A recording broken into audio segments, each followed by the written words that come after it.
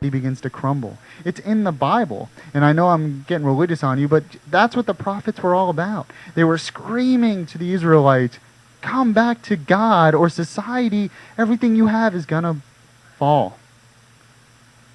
Jeremiah says it in Jeremiah chapter 5. Go up and down the streets of Jerusalem, look around and consider. Search through her squares if you can find but one person who deals honestly and seeks the truth. I will forgive this city. This is what God's saying. Although they say, as surely as the Lord lives, still they are swearing falsely. O Lord, do not your eyes look for truth? You struck them, but they felt no pain. You crushed them, but they refused correction. They made their faces harder than stone and refused to repent. People are moving away from God in Israel in Jeremiah's time. I thought these are only the poor. They are foolish, for they do not know the way of the Lord, the requirements of their God. So I will go to leaders and speak to them. Surely they'll know the way of the Lord, but the requirements of their God. But with one accord they too had broken off the yoke and torn off the bounds. So, what happens next?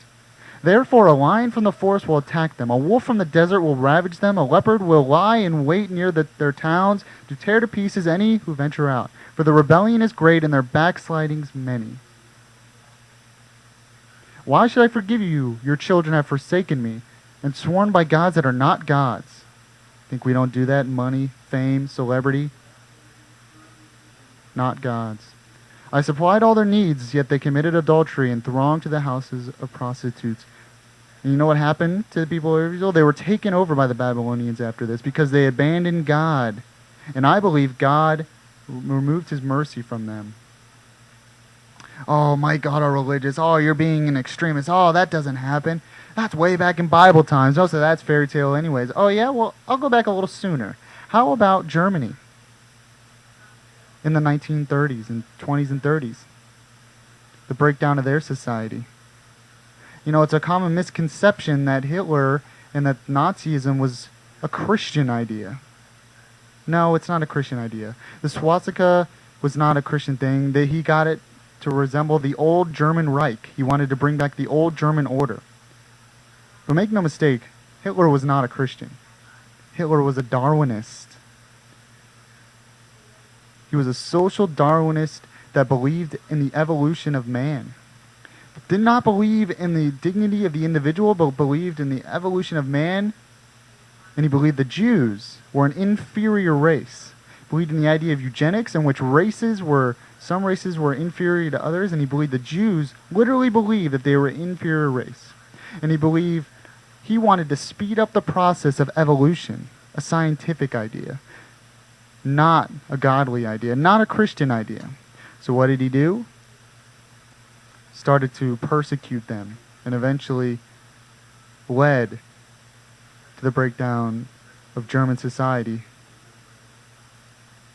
See, Hitler got rid of God. He replaced it with a scientific idea, not based on morality, but based on the false premise of eugenics and the idea of social Darwinism between the races. He got rid of God. Not only that, but he got rid of Christian holidays and added pagan holidays. Tell me, how did that work out for Germany? How did that work out for the world? See, we cannot get rid of God. Now, there's hope. There is hope because we are still a very religious nation. There is hope for revival. There was a great awakening once before the revolution. There have been other great awakenings, like with Billy Graham. It can happen again. But we must have a moral foundation based on the belief in God, because if we don't, it will be replaced with something else. And what? It might be replaced by an individual. An individual who comes, a leader like Hitler, who can come and say anything. You do not want to get rid of God in our society. The prophets warned about it. People have warned about it forever, and I'm warning you now. Go back. It is the foundation. Once you get rid of that moral foundation, the fabric of society begins to crumble underneath it. Just like a house built on sand will crumble when the winds blow against it, but a house on rock will stay and survive because of its foundation was strong. Our foundation must be strong, We must be one nation under God. We must bring back that idea.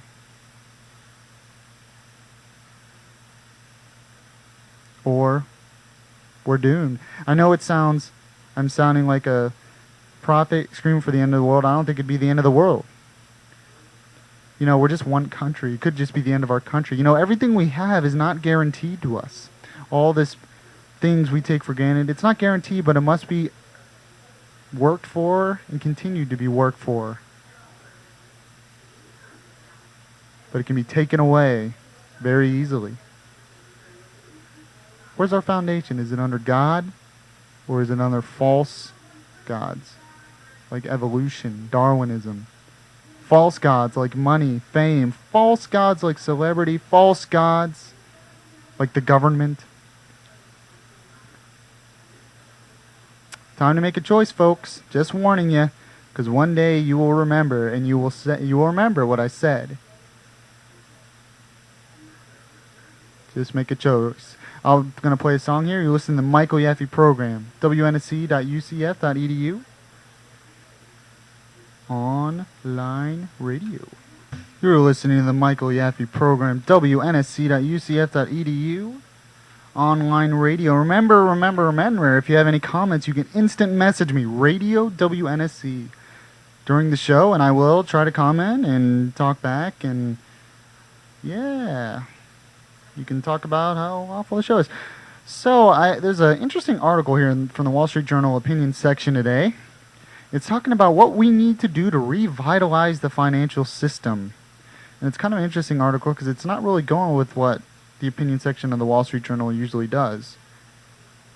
And there's a reason for that, and I'll get to it in a sec. The article says 6 steps to revitalize the financial system. We need one regulator that can see a company's entire balance sheet. Pay caps will only drive talent abroad. I agree with them on that part. The debate over financial services reform has meandered for weeks without a clear sense of urgency.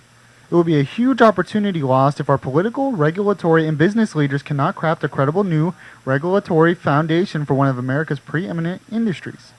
It's time to set politics and regulatory infighting aside and establish the new rules of the road for this critically important business. Several principles should guide reform. A country needs to strive for transparency in financial company balance sheets and recognize that the direct correlation between clarity and asset value and how financial enterprises are valued by investors. Market-to-market-based accounting must be revitalized, and complex instruments and securities must be subject to regular market valuation tests whenever possible. To accomplish this, a single regulator needs to be tasked with overseeing systemic risk and must be empowered to monitor risk in all sorts of financial institutions. There should be no more balkanization of regulation. At the same time, regulators and industry leaders must come together and develop workable arrangements whereby innovation in financial services can once again flourish. We need to agree upon new capital requirements and rules for how the securitization market will operate. All parties need to operate with dispatch because of the revitalization of the U.S. economy is what is at stake. Now,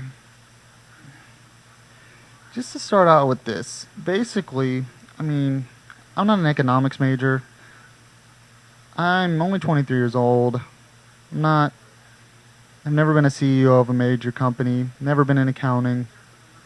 But I'm thinking that what he's saying is we need more regulation.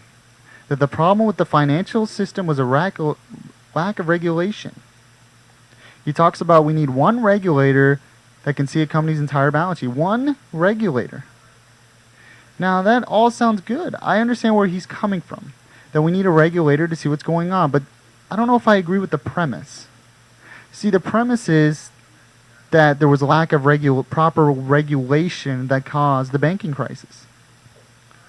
I disagree with that. It was not the lack of regulation. It was the fact that there was too much regulation. There was the fact that the people in Congress had their hands too involved in what was going on. Had nothing to do with the regulatory process at all.